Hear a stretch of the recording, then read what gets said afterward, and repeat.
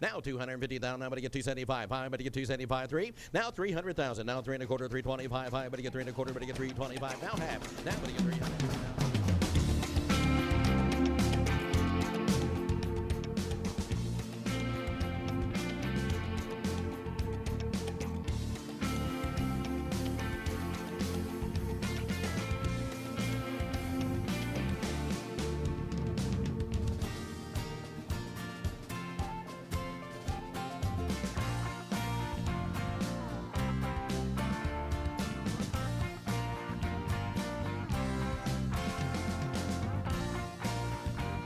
And good morning from Dallas, Texas, at the corner of the LBJ Freeway and Dallas North Tollway.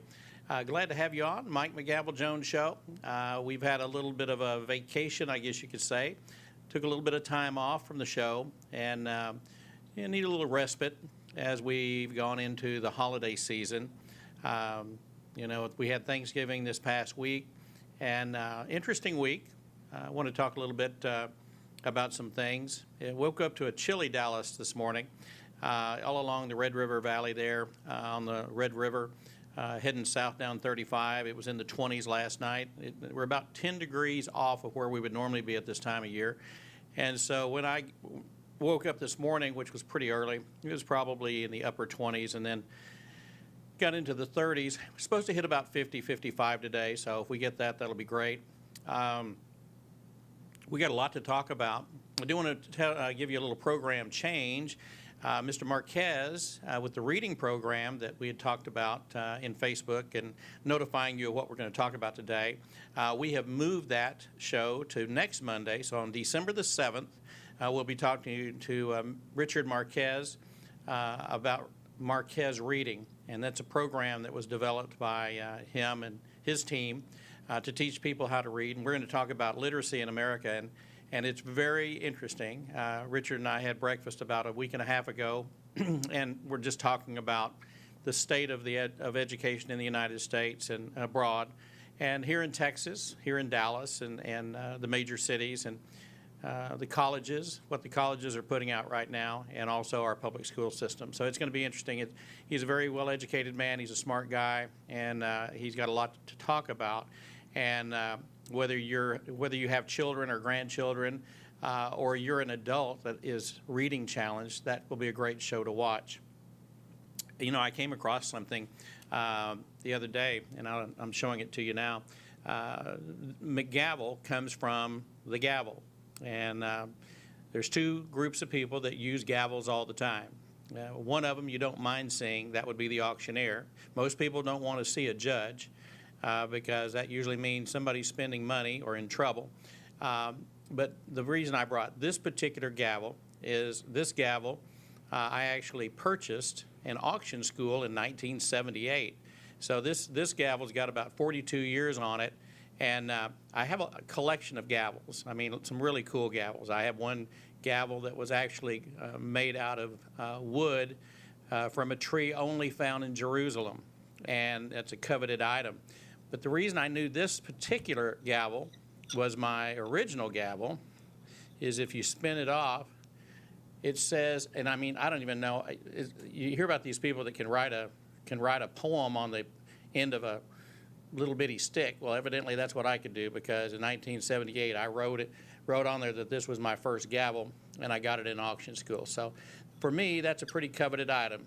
It's beat up, it's battered, it's kind of a lot like me. So anyway, and speaking of which, I would like to talk about a good friend of ours, especially the auction community, and that's Don Scheer, the auctioneer. Don Scheer, I had the great fortune of knowing for probably 30 years. And so Don caught the COVID, and he ended up in the hospital, and ultimately passed away on a ventilator in the Kissimmee area, Orlando, basically. And I just want to talk about that for a second. So a week ago Thursday, actually Friday a week ago, I flew to Orlando and attended the funeral for Don. And there were 4 speakers, And I was the fourth. The one before me was the sheriff of Osceola County, Florida. And then a couple of folks that were Rotarians, local Rotarians. I didn't realize that Don was so involved in the Rotary Club, but he was a great Rotarian, and from what I understand, every year gave some type of, I don't know if it was an iPad or some type of a pad to the kids. And that was a regular fundraiser that he did locally. But we learned a lot about Don there. Don was an auctioneer for many, many years. He worked in the accounting department for personal property for the Disney Corporation in Orlando. He worked in the accounting department and then worked his way into the management of the properties. And you know, anything that they sold off that they could sell that was not proprietary, Don would sell it. So he was Disney's official auctioneer for a long time, and you know, that made him, made him quasi-famous, especially in the auction circle. It'd be like saying, hey, I work for Paramount Studios and I'm the official auctioneer. Well, Don was special that way. And I remember when he ran for vice president of the National Auctioneer Association, Disney, the graphics team created a really cool, about a, I don't know, probably a 3 to 4 inch, I guess about probably 3 inch to 4 inch badge, like a political badge, but it had Donald Duck on it with a top hat, and he had a gavel in his hand, and it said, vote for Don Scheer, the auctioneer. And I still have mine. Quite frankly, I'm not sure it was authorized, but somebody did it for him, and it was just a really awesome thing. And but anyway, over the years, we became very good friends, and I was very honored to speak at his funeral. He was also a 42-year member of the Osceola Sheriff's Department. He started out as one of the community guys that would ride with the sheriff's deputies, and then over time converted over, and the sheriff of the county really gave a great testimonial about Don and what he meant to the community. And it was good to see our friend Marty Higginbotham and Angela, auctioneer in Lakeland, Florida, at the funeral, and it was good to see them. Here's the thing that makes it sad for me. Here's a guy who is in the Hall of Fame of auctioneers. He probably would be, if they had a Hall of Fame for people that lived in Kissimmee, Florida, he would be in that Hall of Fame. He would be in the Sheriff's Deputy Hall of Fame. He's won every award, every community leadership award, and because of COVID-19, his funeral probably consisted of maybe 100 people. I don't even know if we had 100 people there. Large church, lots of seats, but because of COVID, and I had several auctioneer friends drop me a note and say, Mike, I'd love to be there, but I'm just afraid of COVID-19. Well, I can certainly appreciate that, and there's no harm in that, and it just makes me sad that we were not able to have all of our friends and their neighbors and the people that loved Don at that funeral. And they would have had to probably limit it, although Florida's been a little bit more wide open. What was special, and he also served as an MP in the Army. So he served our country. He was a patriot. And what was beautiful to see is he was given quite a send-off. There were probably 20, I'd say at least 20, of the motorcycle policemen in Kissimmee, in the county, that escorted his casket to the cemetery. We had a military salute, we had taps, and then a flyover by the Sheriff's Department helicopter. It was just very touching and meant a lot to me. So I do want to show you something that Janet, his wife, gave me right after the funeral. And if we'll go over here to this other camera, this is a St. Jude children's tide. Now, I'll be honest with you, I've been doing St. Jude events going back to about 1998, maybe 96, but officially became involved with it in a big way in 98 when I went as the IAC champion for that year. And of course, Don was there as the chairman of the board at the time for the NAA. and Rob Doyle was the current president at that time. And there was a host of successful auctioneers that were a part of it. But I want to talk about this tie because you're going to see it again. This was Don's tie, and this was the tie that raised hundreds of thousands of dollars for St. Jude. He wore it whenever he did a St. Jude auction. And we're going to do something special with that tie between now and next year at this time. And we'll make more announcements about what we're going to do. But Janet gave it to me, and she said, let's raise some money for St. Jude in Don's name. And so that's what I'm going to do, is figure out some type of a fundraiser for us. And I'd love to get the auctioneer community involved. I'd like to get the folks in Kissimmee involved and make a really, really wonderful presentation on behalf of Don Scher, the auctioneer. And I think that's to be a great send-off for an outstanding human being and somebody that we could all aspire to be. Now, so that's enough about Don. You know, there's just some people that make a big difference in your life, and he was one for me. Now, I also want to talk about another passing of another Hall of Fame member of the National Auctioneer Association. Because I didn't have a show, I didn't really get a chance to talk about it. I'm not going to go into it heavily. However, it should be noted that we lost just a wonderful family man, a very good auctioneer, a pillar in a community of Fremont, Nebraska, and that would be Jack Nitz. Jack Nitz passed away recently, and he owned and operated Jack Nitz and Associates. He had been retired for some time, but his son Jay has been running the company along with the family, and his granddaughter Courtney, who we all know. And so anyway, I want to send just a love message out and prayers to the Nitz family as they deal with this next year, as they deal with the holiday season at Christmas. And just know that we're all thinking about the Nitz family in Fremont, Nebraska, and we'll certainly miss Jack Nitz, another great Hall of Fame member that we've lost. Speaking of losses, I want to talk just real short about the Dallas Cowboys. You know, I've seen a lot of things. I've been a lifelong Cowboy fan going back into the 60s, and I really can't believe what I saw last Thursday. In fact, I think everybody was saying, can you believe, did I just see what I think I just saw?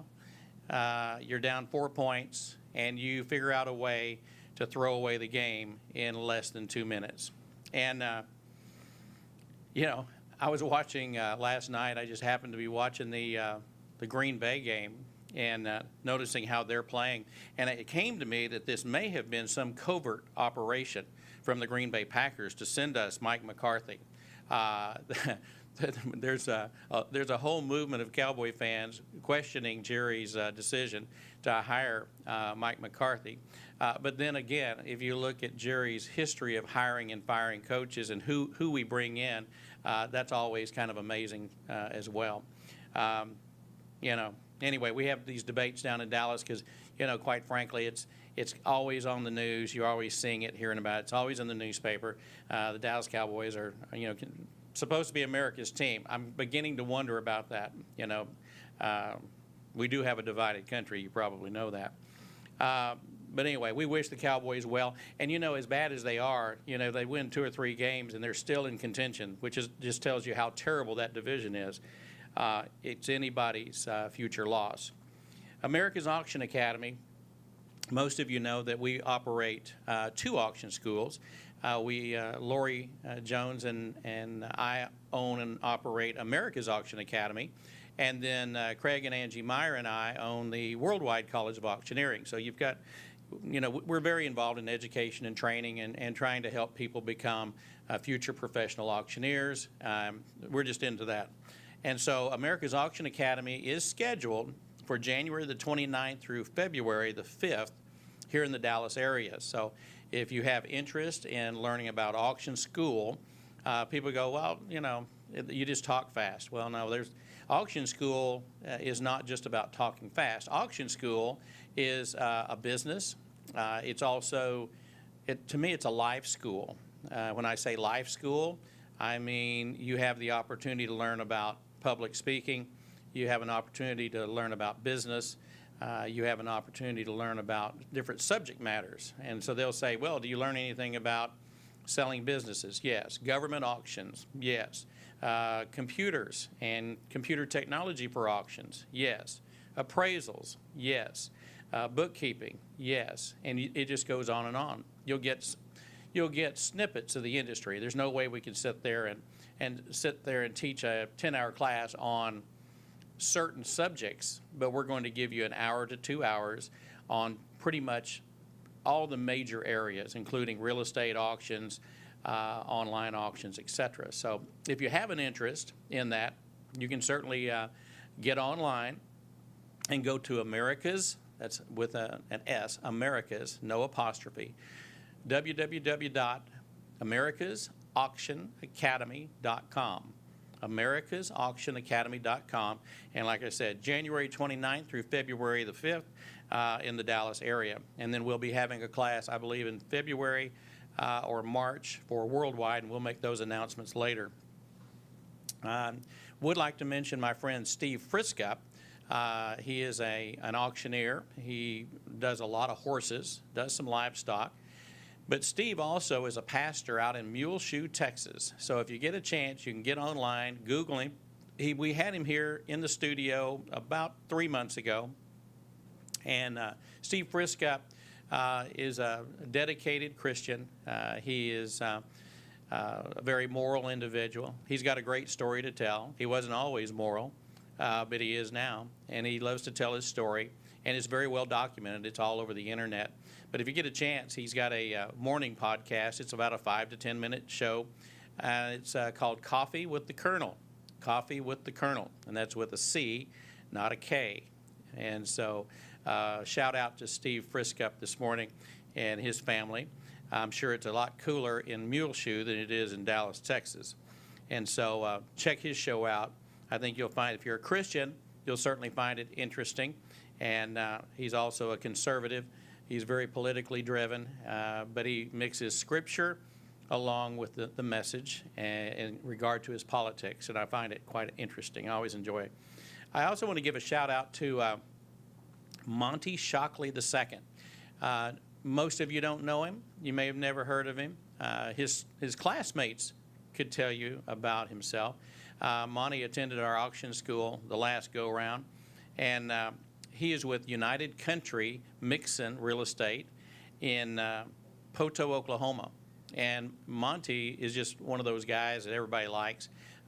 He's a city councilman in Poto, and he also had a great write-up in his local newspaper. I'm always telling the students, you know, we're going to provide you with a template for a news release or a media release that you can send out and promote that you graduated from auction school. Some people take it serious, some people don't.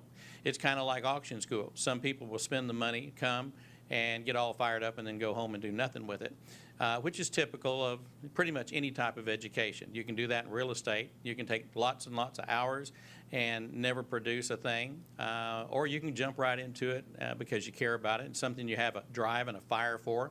And it's amazing the difference between the do's and the don'ts, the ones that will and the ones that won't. So nice shout out to Darrell Mixon. The Mixon family have been staples of United Country Real Estate for a long time now. In Poto, Oklahoma, they've been the standard for a long time, and we appreciate them and their support. We actually raised some money for St. Jude and Scottish Rite with a United Farm sign that the Mixon family donated through Monty, and Monty auctioned it off, and so we appreciate that donation. That was a nice donation. Want to talk about our Colorado real estate auction that we recently did with Gary and Jake Hubble. They own United Country Colorado Brokers and Auctioneers, and Gary Hubble came through auction school, I don't know, probably 5 years ago, maybe 6, and Gary just embraced this. He had been a real estate broker. He's done a lot of things. He's been a photographer. He's been on this show before. But he's passionate about land. He's passionate about hunting. I think this week he's been in Nebraska hunting with his dogs. He's got some great dogs, and they love to hunt. They're just into that thing, and they're great representatives for the auction business and the real estate business. And so I've been working with him now through United SCS, which is United Strategic Client Services. People go, well, what does that mean? Well, that means we're basically a real estate and auction company that works with our offices, our United Country offices and our United Real Estate offices on selling unique properties, multiple properties at one time. For example, 2 or 3 years ago, I guess 2 years ago, year and a half to 2 years ago, we sold 130 properties in one day in Utah. And it was a great auction, one-day auction. Entire community changed because all the motels, a lot of the retail, and then also a subdivision or development property out there that had multiple homes that were a part of the package. Anytime you can sell 130 properties in a day, that's pretty impressive. And so I'm giving a shout out to Gary and Jake as we start closing properties from our recent auction in Battlement Mesa, Colorado. We promoted that quite a bit. And Battlement Mesa was basically a town built between Aspen and Grand Junction. And Exxon built it because they needed places. They needed a place for people to live. So they built a town that would hold 20,000 people from the ground up. They built a golf course. They had executive homes. They had worked a community center. They built a medical clinic. They built a shopping center. I mean, they literally built a town. Full fire department, the whole 9 yards. And so anyway, we had an auction for an investor that had purchased this from Exxon some time ago. And so we took it to auction about 30 days, well, 30, 40 days ago. And so we're starting to close those properties. And I know we had some closings in the last week or so. And then we're going to be doing a lot of closings in December and January. So anyway, just a shout out to Gary and Jake Hubble on a great auction. And we're working on another deal right now in western Utah and something up in Oregon. And so just a comment about that, it just works well when you have people that want to work. And you got a driving force of energy.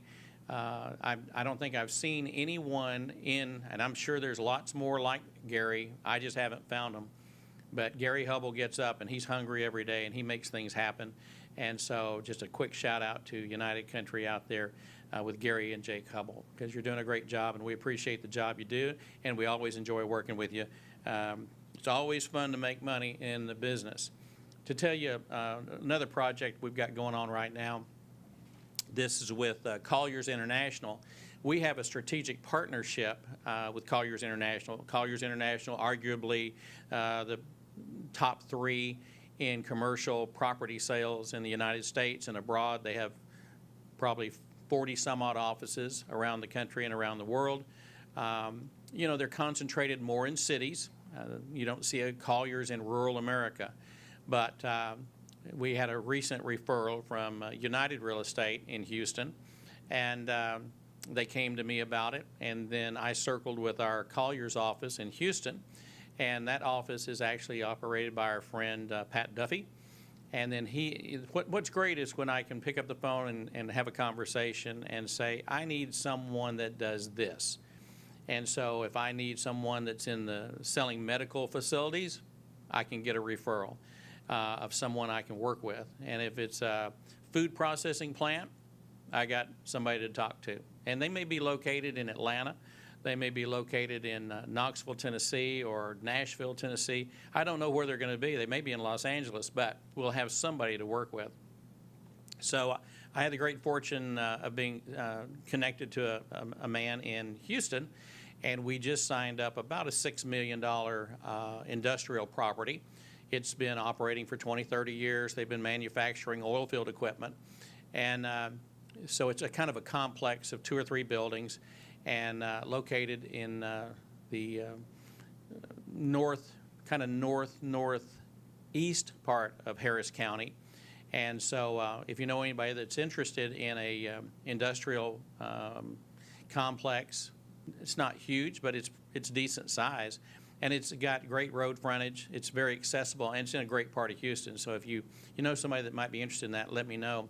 I'll give you my numbers and my email at the end of the message today. And on a side note, we have been selling. When I first got out of auction school and started my auction company back in '79, I started working for other auctioneers, other auction companies. And one of the auction companies that I worked for was a company called Acme Auctions. Acme Auctions was located in Gainesville, Texas, about an hour north of here, where I grew up, the bulk of my life. And so Acme Auctions specialized in rental and fishing tools for the oil field industry.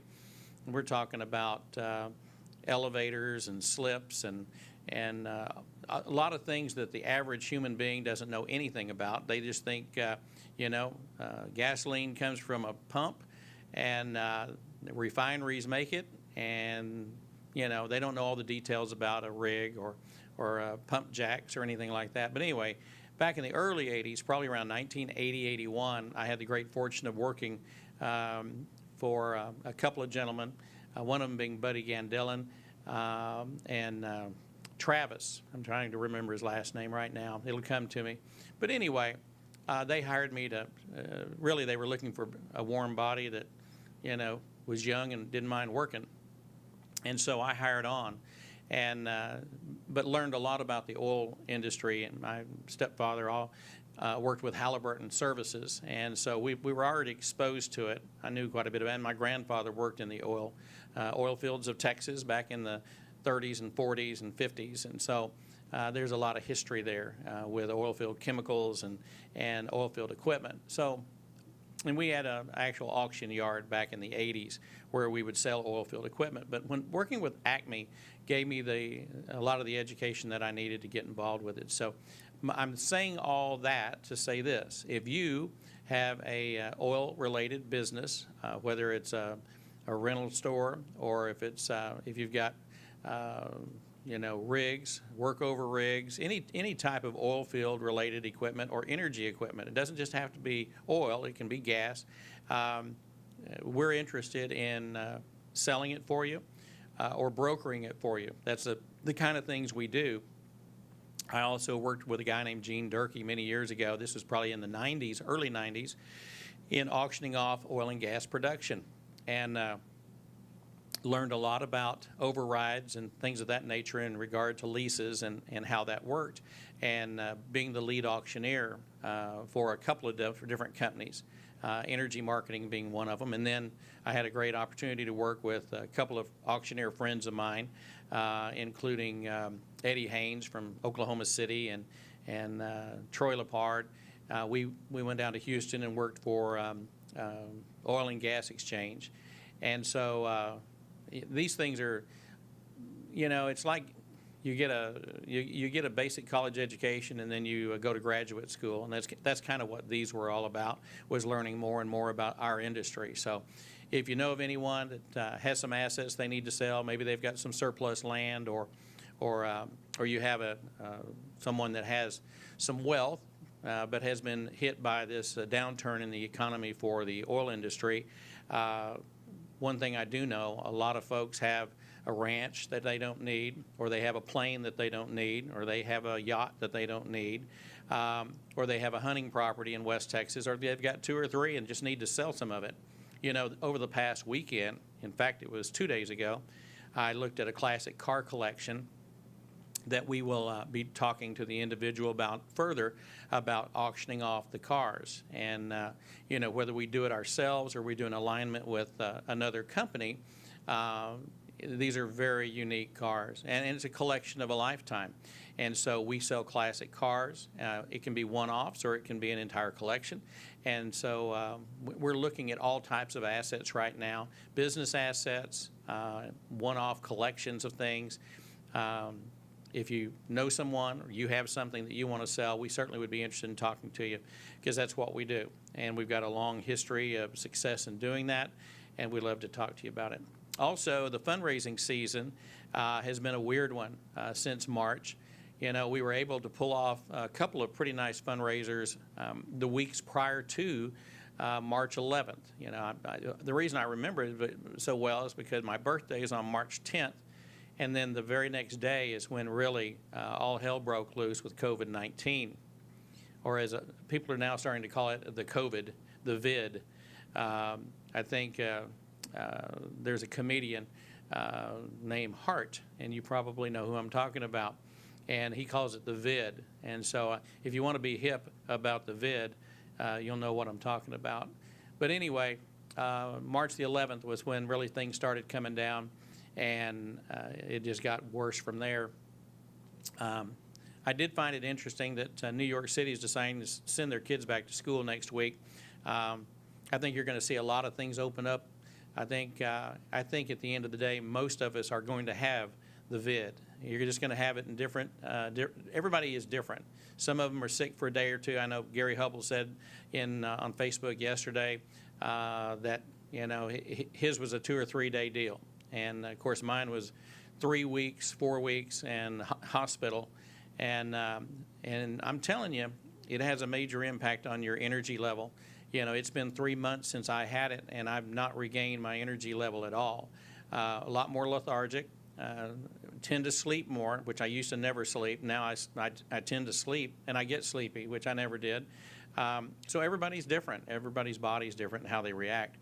But on the subject of fundraisers, we just wrapped up our 3rd or 4th virtual fundraiser where there's nobody in the room. It's basically we could do one right here, right now. We could literally have an auction if I had access to people through Zoom or some other platform. And there are lots of platforms now coming out.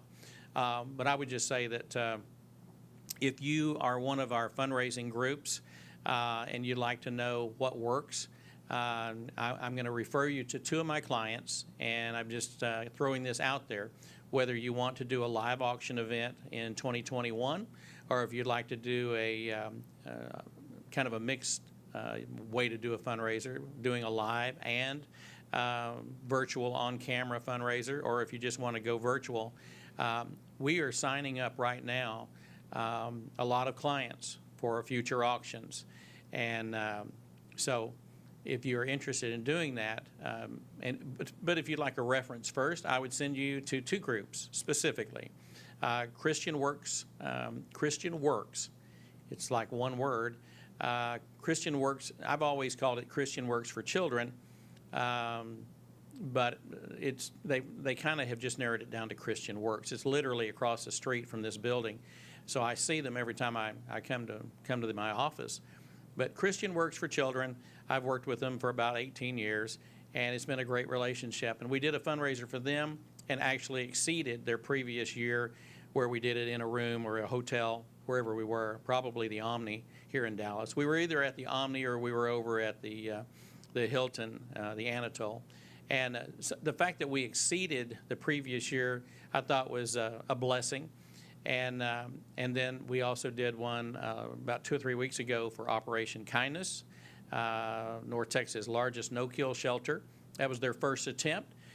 They were smart. They didn't over-expect. They didn't set the plane too high. They just basically said, look, whatever we do is going to be better than what we got. And they had a nice event, and it was very well produced. And we had a young lady from WFAA Channel 8 Television that was a part of that fundraiser, and we were very pleased. And so I think if you'd like to know something about virtual fundraising and where you can do it and who you'd like to get to do it, then just give them a call, because that would be great. I'd appreciate that.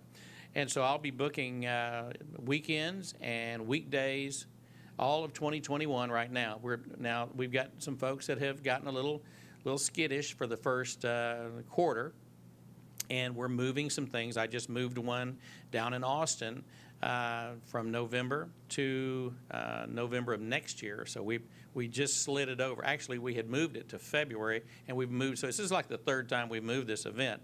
But because Austin is Austin and how they operate down there, we've had to move it a little bit further down the line. So those are some of I guess that's some of the highlights or lowlights of the last week or two. But I wanted I had been off the air for a while, so I wanted to touch base with you and let you kind of get caught up on what's going on in our world. As far as getting a hold of me, there's only one phone number that gets a hold of me, and that's 214-906-5265. That's 214-906-5265. That's direct to me. That is usually 5 feet away from me or less pretty much every day. And then you can also send me an email, and my email is mjonesauctioneer@gmail.com. mjonesauctioneer@gmail.com. You can get a hold of me there. Now that we're out of Thanksgiving and we're getting back to work, it's time to get serious about making a living and picking back up and planning for 2021, because 2021 has all the earmarks of a great year. And I'd just like to say this real quick about the election. I realize that there's a lot of divide in the United States right now about where we are and what's going on, and I keep up with things pretty close. And my good friend Congressman Jeff Duncan over in South Carolina, he keeps me apprised, and I appreciate that very much. Look, regardless of what happens, you know, we can sit here and bicker for the next 4 years.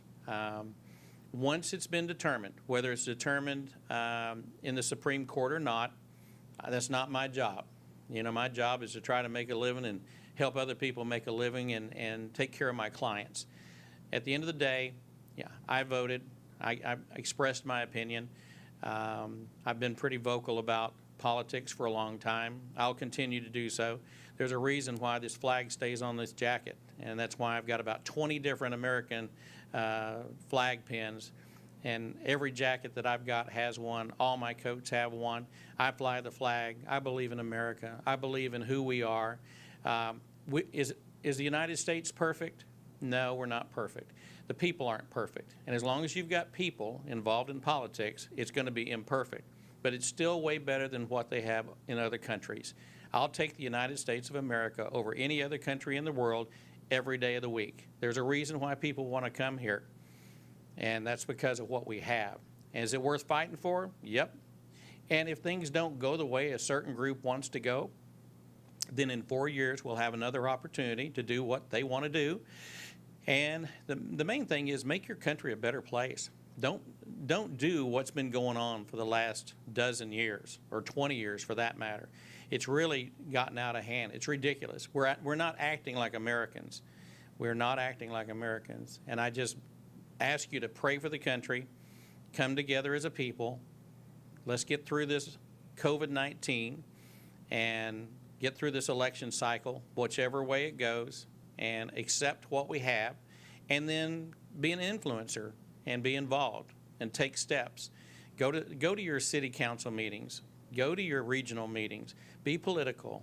Be active, and be a part of the solution. Don't just sit around and bitch because you're not getting what you want. That never accomplished anything. So I tell you what, on this Monday in the 40s or 50-degree mark, we're going to bid you adieu here, and I'm just going to tell you that I appreciate you joining me and being a part of my family, whether it's on this or with the National Auctioneers or with the Texas Auctioneers Association or any of the other groups that I'm involved with, the realtors and etc. Just know that we all have a better day coming, and put your mind on Christ and you'll be all right. On behalf of everyone that's been a part of this one from Dallas, Texas, at the corner of LBJ and the Dallas North Tollway, we bid you adieu from Dallas. God bless. We'll see you next week. Don't forget, next Monday I'll be with Richard Marquez, and we'll be talking about reading in America and why it's one of the most important things that we have to address. God bless. See you then.